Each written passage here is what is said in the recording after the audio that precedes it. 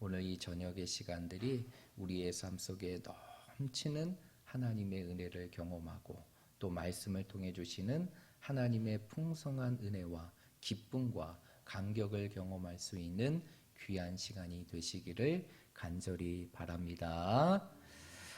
우리가 계속적으로 이 수요 예배를 통해서 이 열왕기 하의 말씀을 통해서 이제 이스라엘을 다스렸던 열왕들에 대한 이야기들을 우리가 말씀을 통해서 함께 살펴보고 있습니다. 이제 우리가 계속적으로 이 열왕기하 14장의 말씀을 함께 살펴보고 있는데요. 이 열왕기하 14장의 말씀은 이제 이스라엘이 분열 왕국으로서 이제 중반기의 시간을 지나서 이제는 이스라엘이 쇠퇴하게 되는 그 쇠퇴기의 과정을 기록하고 있는 것이 14장부터의 말씀이라는 것입니다. 그래서 14장부터 17장까지는 결국 어떠한 나라의 멸망의 과정을 소개하고 있느냐, 바로 북이스라엘의 멸망의 과정을 소개하고 있는 것이죠. 그리고 그 북이스라엘은 어떠한 민족으로 인해서 언제 멸망을 하게 됩니까? 아수르라는 민족을 통해서 BC 722년에 완전한 멸망을 이루게 되죠. 그 멸망의 과정들을 기록하고 있는 것이 14장부터 17장까지의 말씀이라는 것입니다. 그런 가운데에서 이제 우리가 점점점 멸망으로 치닫고 있는 그 이스라엘 백성들, 그 이스라엘의 상황들을 왕들의 통치를 통해서 우리가 함께 살펴보고 있는데, 오늘 본문의 말씀을 보게 되면 오늘 본문의 말씀은 어떠한 왕에 대한 내용을 소개하고 있습니까? 오늘 본문의 말씀은 어떠한 왕에 대한 내용을 소개하고 있는 것이죠? 북이스라엘의 왕이었던 여로보암 2세에 대한 통치의 내용을 가장 핵심적으로 설명해 주고 있는 것이 오늘 우리가 읽었던 이 본문의 말씀이에요. 이 여로보암 2세는요, 어떠한 왕이냐? 바로 이제 이스라엘의 19명의, 북이스라엘이 19명의 왕들이 있게 되는데, 그 19명의 왕들 가운데 13번째 왕으로 이스라엘의 왕위에 오른 왕이 여로보암 2세입니다. 그런데 이러한 여로보암 2세는요, 어떠한 왕이냐? 참 세상적인 시선으로 봤을 때 어떠한 흠도 잡을 수 없는 완벽한 왕이라고 평가를 할 수 있을 정도로 모든 왕으로서의 소임과 통치를 가장 완벽하게 이루었던 왕이 여로보암 2세였다는 것입니다.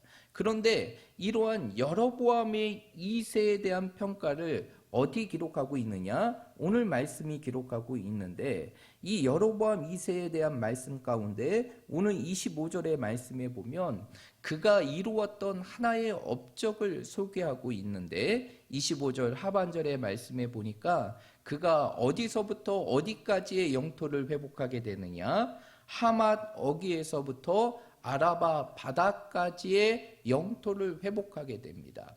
여기서 하맛 어기와 아라바 바다가 어디까지인지 우리가 정확하게 쉽게 인지할 수는 없지만, 이 하맛 어기라는 것은 어디냐면 이스라엘의 전체 지도를 보게 되면 가장 최북단에 놓여진 성읍이라는 것이죠. 거기가 하맛 어김성이고, 아라바 바다는 어느 곳을 의미하는 것이냐면 요단강의 물줄기가 마지막에 만나게 되는 사해 바다를 의미하는 것이에요. 근데 사해 바다는 가장 남쪽에 있는 지역입니다. 그러면 이 여로보암 2세 때 얼만큼의 영토를 회복하게 되느냐? 이스라엘 전체의 가장 북쪽에서부터 가장 남쪽에 이르기까지 모든 영토를 회복하는 시기가 이 여로보암 2세 때 이루어지게 되는 것이에요.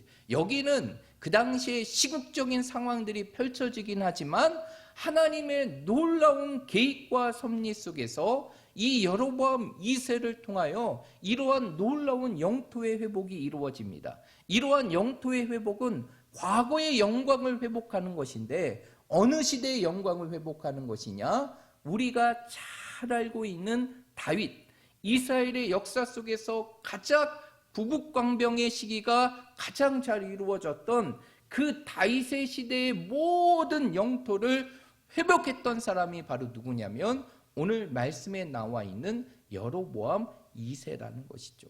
그뿐만이 아니에요. 이 여로보암 2세는 영토를 회복할 뿐만 아니라 그 당시 이방의 민족으로부터 끊임없는 잦은 침입을 받고 그리고 나라가 풍전등화와 같이 어려움의 순간 속에 있는 그 이스라엘을 정말 강한 나라로 그리고 강병한 나라로 세웠던 사람이 바로 여로보암 2세라는 인물이라는 것입니다.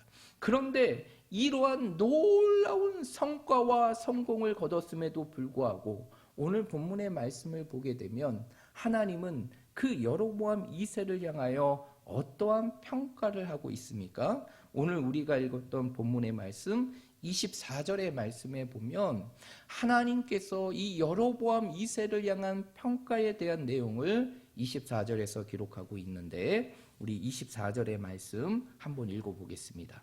24절입니다. 시작.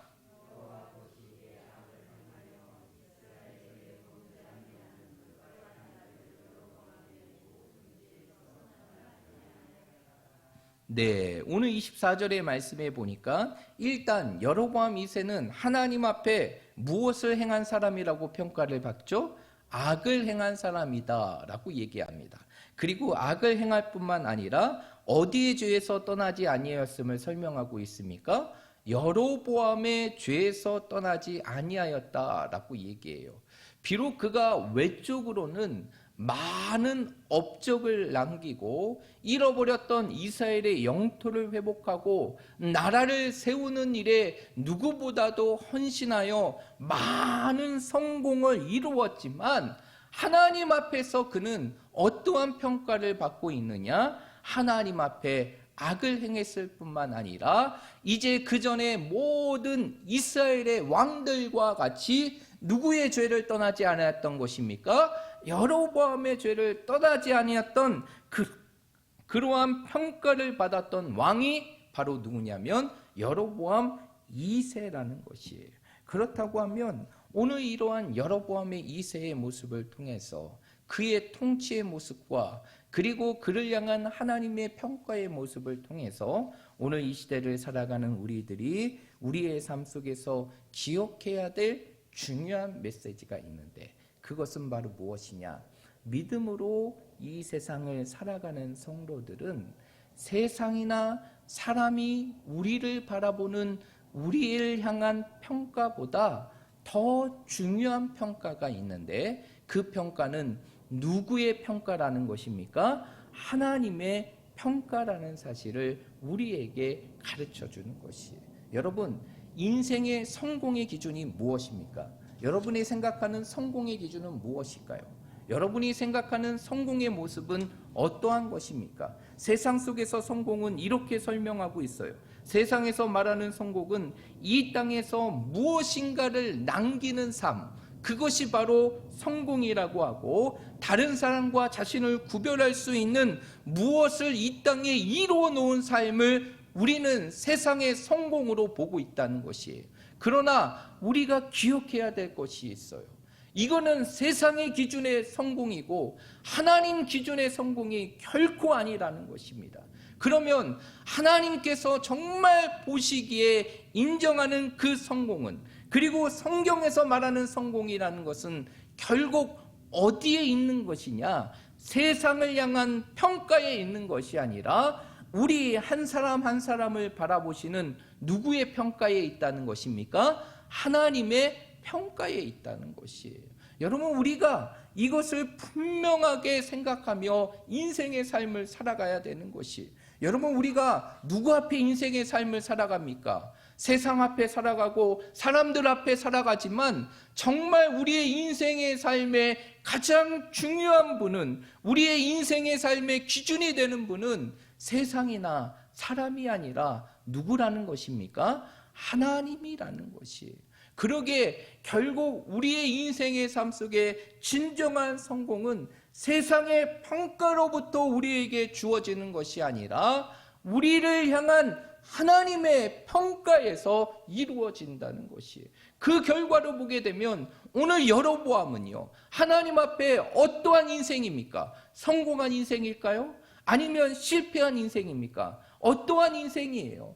그 하나님의 평가를 놓고 보면 결코 그의 인생의 삶이 수많은 많은 일들을 내려놓고 그리고 이루었다 하였지만 결국 하나님 앞에서 성공하지 못한 삶을 살았다는 것을 오늘 말씀을 통해서 확인할 수 있다는 것이에요. 여러분, 우리의 인생의 삶이 정말 하나님의 평가에 있다면 정말 우리는 어떠한 삶을 살아가야 되느냐? 세상이 우리를 어떻게 평가하는 거, 이거 중요합니다. 그러나 우리의 인생의 삶 속에 더 중요하게 여길 것은 하나님께서 나를 어떻게 바라보고 계시고 그리고 나를 어떻게 평가하시는가, 그것이 바로 우리의 삶의 최고의 관심의 대상이 되어야 되는 것이에요. 그래서 누가복음 12장의 말씀에 보면 예수님께서 제자들에게 비유로 하시는 한 이야기가 누가복음 12장의 말씀에 나오게 있는데, 그 누가복음 12장의 말씀에 보면 어떠한 비유의 말씀이 나오고 있느냐, 어리석은 부자에 대한 비유의 말씀이 나와 있습니다. 그래서 예수님께서 그 제자들에게 이 어리석은 부자에 대한 비유를 설명하고 있는데, 그 부자는 세상적인 관점으로 보면 참 성공한 사람이에요. 왜냐하면 그의 밭에 소출이 너무 풍성해서 그 모든 소출을 담을 수 있는 곳간이 없을 정도로 자신의 삶을 풍요롭게 채웠던 사람이 이 부자였습니다. 그러나 예수님께서는 그 부자를 향해 뭐라고 얘기하시느냐? 누가복음 12장 16절의 말씀에 보면 그 부자를 향하여 어리석은 자다라고 얘기하고 있습니다. 우리 한번 말씀을 찾아볼까요? 누가복음 12장입니다.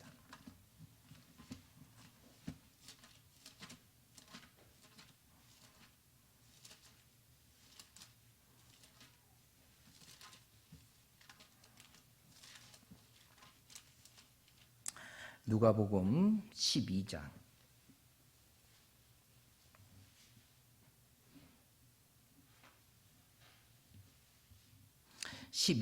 20절과 21절의 말씀입니다. 20절과 21절의 말씀 우리 한번 읽어보겠습니다. 시작. 하나님은 이르시되 어리석은 자여 오늘 밤에 내 영혼을 도로 찾으리니 그러면 내 준비한 것이 누구의 것이 되겠느냐 하셨으니 자기를 위하여 재물을 쌓아두고 하나님께 대하여 부요하지 못한 자가 이와 같으니라. 아멘. 오늘 이 말씀을 보면 이 부자는 세상적으로 누구보다 성공한 삶을 살았지만 결국 하나님 앞에 어떠한 평가를 듣게 되느냐? 어리석은 자라는 평가를 듣게 돼요. 왜 어리석은 자가 됐을까요? 자신의 육신을 위해서는 그렇게 풍요로운 것들을 자신의 삶 속에 준비해 놓고 인생의 삶을 살아가지만 이 12장 19절의 말씀에 보면 자신의 영혼을 위해서는 어떠한 것도 준비하지 않은 그러한 모습이 이 부자의 모습이었기 때문이에요. 그래서 예수님께서는 그러한 부자의 모습을 보면서 지혜로운 사람이다 라고 말하고 있지 않고 어리석은 자다 라고 말하고 있으면서 뭐라고 얘기하느냐? 하나님께서 오늘 밤에라도 내 영혼을 찾으신다면 이 세상의 모든 것들이 무엇이 유익하겠느냐라고 말합니다. 그러면서 예수님께서는 마지막 21절의 말씀에 보니까 자기를 위하여 재물을 쌓아두고 하나님께 대하여 부유하지 못한 자가 이러한 어리석은 자임을 설명해 주고 있다는 것이, 여러분 결국 하나님이 인정하시는 사람은 어떠한 사람이라는 것이냐? 바로 세상의 삶을 위하여 자신의 인생의 삶을 드리고 살아가는 것이 아니라 자신의 삶을 하나님께 드리고 하나님이 주시는 그 평가에 귀를 기울이며 살아가는 자, 그 자가 바로 인생의 지혜로운 자고 이 땅에 성공한 인생의 삶을 살아가는 것임을 우리에게 가르쳐 주는 것이에요. 그러면 반면으로 세상으로부터 비난을 받았지만 하나님으로부터 인정받았던 한 사람이 있는데 그 사람이 바로 누구였느냐? 바로 모세라는 지도자였습니다. 여러분, 그 모세에 대한 내용들이 많이 있는데 민수기 12장의 말씀에 보면 그 모세에 대한 중요한 한 가지 사건이 나오고 있습니다. 그 사건이 바로 무엇이냐면 모세가 그 이스라엘 진영 가운데 있는 어떠한 여인을 취하게 됩니까? 구스의 여인을 취하게 돼요. 그 구스의 여인을 취하게 되자 그 모습을 보고 누가 비방을 하게 됩니까? 바로 아론과 그리고 그의 형제였던 미리암이 모세를 비방하게 돼요. 가장 모세 곁에서 힘이 되어 주었던 그 아론과 미리암이 그 구스 여인을 취하는 모세를 바라보면서 비난을 하게 됩니다. 그런데 하나님께서 그 모세를 향하여 뭐라고 얘기하십니까? 오늘 우리가 말씀을 읽지 않았지만 민수기 12장 3절의 말씀에 보면 하나님께서는 그 모세를 향해 뭐라고 얘기하느냐? 이 사람 모세는 온유함이 지면의 모든 사람보다 더하니라 라고 얘기해요. 결국 자신의 주변에 있는 사람은 모세를 인정하지 않았지만 누가 인정하셨습니까? 하나님께서 모세를 인정하였죠. 그러한 모세는 어떠한 자가 되었습니까? 지금까지 구약의 최고의 지도자로 가장 호평을 듣는 인물이 바로 모세라는 인물이라는 것이에요.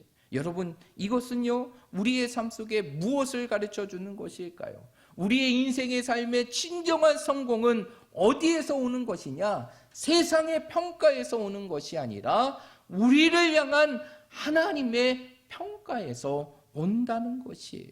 그러기에 우리는 이 세상 속에서 늘 누구를 의식하며 살아갈 수 있는 삶이 되어야 되느냐? 우리를 바라보시는 하나님을 의식하는 삶을 살아가야 되는 것이에요. 세상이 나를 어떻게 평가하고 세상의 사람들이 나를 향해 뭐라고 말하는 것이 우리의 관심이 되는 것이 아니라 우리가 이 땅에 살아가는 모습을 바라보며 하나님께서 어떻게 평가하시고 하나님이 우리를 어떻게 말씀하시는가, 그것이 우리의 관심이 되어야 된다는 것이에요. 사랑하는 여러분, 지금 여러분들은 무엇에 관심을 두는 인생의 삶을 살아가고 계십니까? 세상입니까? 사랑입니까? 아니면 하나님에 대한 평가에 관심을 두고 인생의 삶을 살아가고 계십니까? 여러분, 우리의 인생의 삶의 진정한 관심은 세상이나 사람에 있는 것이 아니라 우리를 바라보시는 하나님의 평가에 있어야 된다는 것이에요. 그래서 우리의 삶의 모든 것이 하나님이 인정하시는 삶, 그리고 하나님께서 축복하시는 그 인생의 평가를 누리며 살아갈 수 있는 우리들의 삶이 되어야 되는 것입니다. 그러므로 우리 사랑하는 모든 성도들이 오늘 이 말씀을 기억하면서 이제 우리의 모든 인생의 삶이 하나님이 인정하시는 삶, 그리고 하나님 앞에 부끄럽지 않는 삶, 그리고 하나님께서 우리를 바라보시며 자랑스럽게 여길 수 있는 그 믿음의 인생을 살아가는 우리 모든 성도들이 되시기를 주님의 이름으로 축복드립니다. 여러분, 기억하십시오. 하나님이 인정하신 사람, 그 사람은 누구도 인정하게 되는 것입니까? 세상도 인정하고 사람도 인정하게 되는 것이에요.